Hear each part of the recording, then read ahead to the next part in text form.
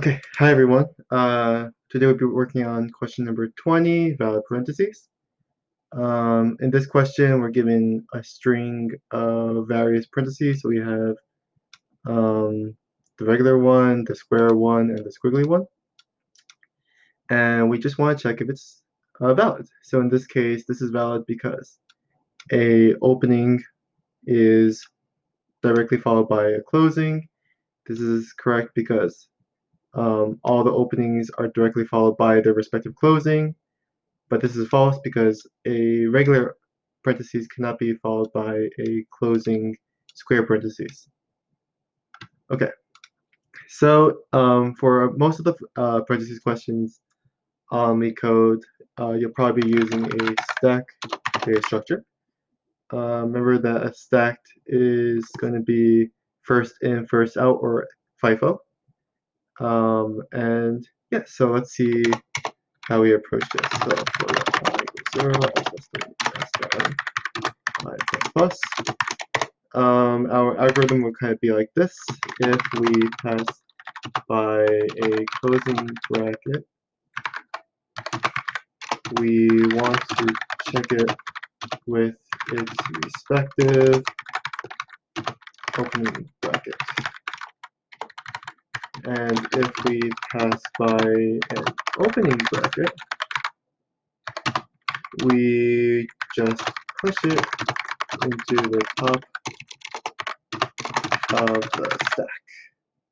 Let me just fix the spelling. Cool. Okay. So for example, let's take a look at example 5, which is correct. Our stack will first push in a squiggly opening, followed by a square opening. So then the next two elements that must happen should be a square opening followed by a square ending followed by a squiggly ending. So the reason why a stack works so well here is because all of the parentheses that match each other must be finished before we finish any other parentheses outside of it. So in this case, the squares parentheses must be validated first before we finish the squiggly parentheses. Okay, so let's build this out. Let's first map out everything into a hash map maybe. So we're just going to map out all of our closing to opening brackets here.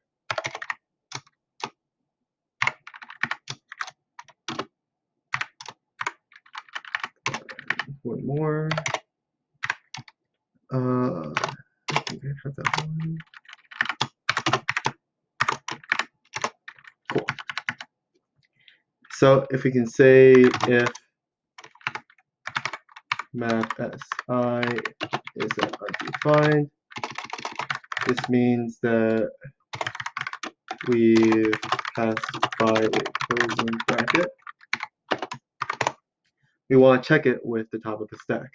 So let's say top of stack equals stack.length is greater than 0 if there are elements in the stack, then we pop it out. Otherwise, if there isn't, and let's say our first element was a closing bracket, we'll just compare it with something denoting this. So in this case, if top stack equals the mapping that we have, then actually let's check the other case. If it's not equal, then return false. Okay, so otherwise, if it's not a closing bracket and instead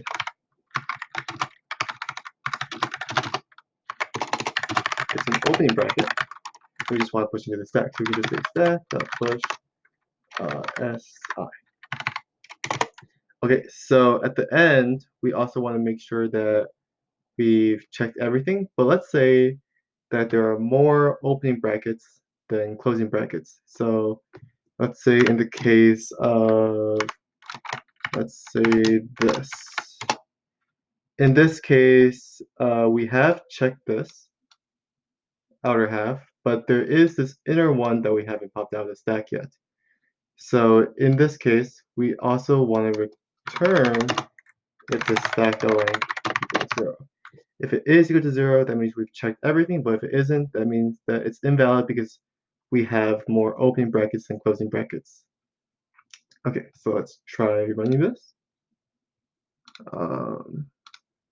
Oops, should be top of stack. Returns true, and it works just fine. Cool. Let's take a look at the runtime. The runtime is, well, we have to look through every single element in the string. So this is just O of n, where n is the length of the string. Pretty straightforward. Okay, and that's about it. So once again, for any of these parentheses questions, you'll see me using a stack data structure, especially when checking if we have to add or move them as seen later on. And yeah, I'll be posting a link of the question in my GitHub down below. And I'll see you guys next time.